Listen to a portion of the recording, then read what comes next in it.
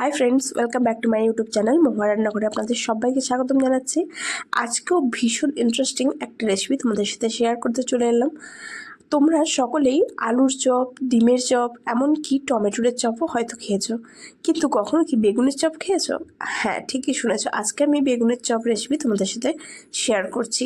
ভীষণই মজাদার এই রেসিপিটা এবং খুব চটজলদি বানানো হয়ে যায়। চলো রেসিপিটা শুরু করি। এর জন্য প্রথমেই আমি বেগুন নিয়ে নিয়েছি। এখানে আমি সাদা বেগুনটা নিয়েছি, তোমরা চাইলে যেটা মার্কেটে অ্যাভেলেবেল পাওয়া যায় সেই কালারের বেগুনটাও নিতে পারো। প্রথমেই বেগুনটাকে এরকম গোল গোল করে স্লাইস করে নিয়েছি।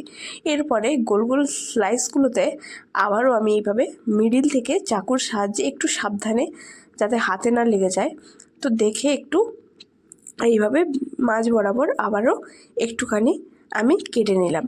এরপরে দেখো সমস্ত বেগুনগুলোই কিন্তু আমি এইভাবে রেডি করে নিয়েছি।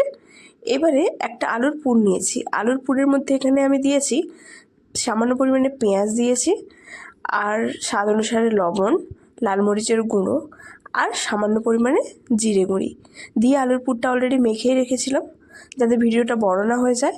তো দেখো, এবারে আলুর পুরটা এইভাবে বেগুনটার মাঝ বরাবর আমি ভালো করে চামচের সাহায্যে কিন্তু চেপে চেপে ভেতরে দিয়ে দিলাম এবং সাইডটাকে ভালোভাবে আমি এইভাবে কিন্তু পুরটাকে ভরে দিলাম, এবং ভালোভাবে যাতে করে বাইরে না বেরিয়ে আসে।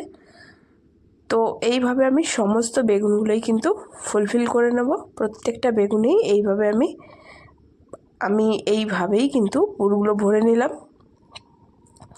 তোমরা অবশ্যই এই রেসিপিটা একবার হলেও বাড়িতে ট্রাই করো। ভীষণ ইজি একটা রেসিপি এবং খেতে কিন্তু দুর্দান্ত স্বাদের হয়। অবশ্যই ট্রাই করো এবং আমাকে কমেন্টে জানিও যে তোমাদের কেমন লেগেছে। তো এখানে আমার মোটামুটি সমস্ত বেগুনেরই পুর ভরা হয়ে গেছে। চলো এর জন্য একটা ব্যাটার তৈরি করে নিই। এবারে ব্যাটারের মধ্যে আমি নিয়েছি বেসন। এখানে পরিমাণ মতো বেসন নিয়ে 2 চামচের মতো চালের গুঁড়ো দিয়ে দিলাম। এবারে কয়েকটা মশলা অ্যাড করব।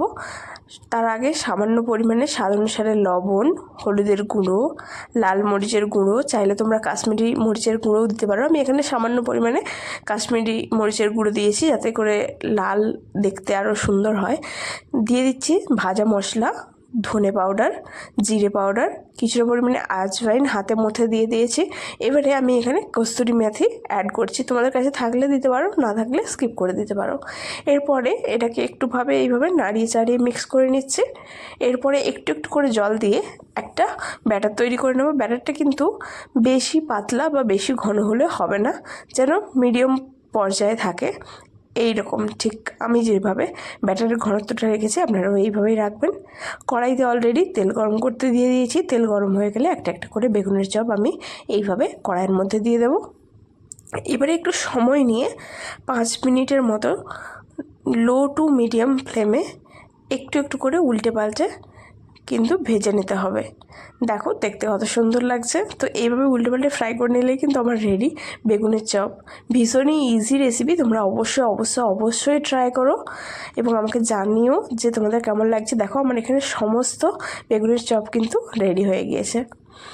তো আমি তোমাদেরকে একটা কেটে দেখাচ্ছি যে দেখতে কত সুন্দর লাগছে। দেখো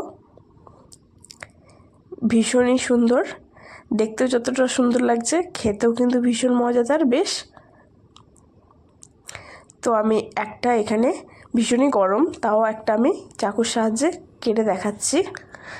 দেখুন ভেতরের পুরটা কিন্তু স্পষ্টই বোঝা যাচ্ছে। তো দেখতেও যতটা সুন্দর হয়েছে খেতেও কিন্তু ভীষণ মজাদার।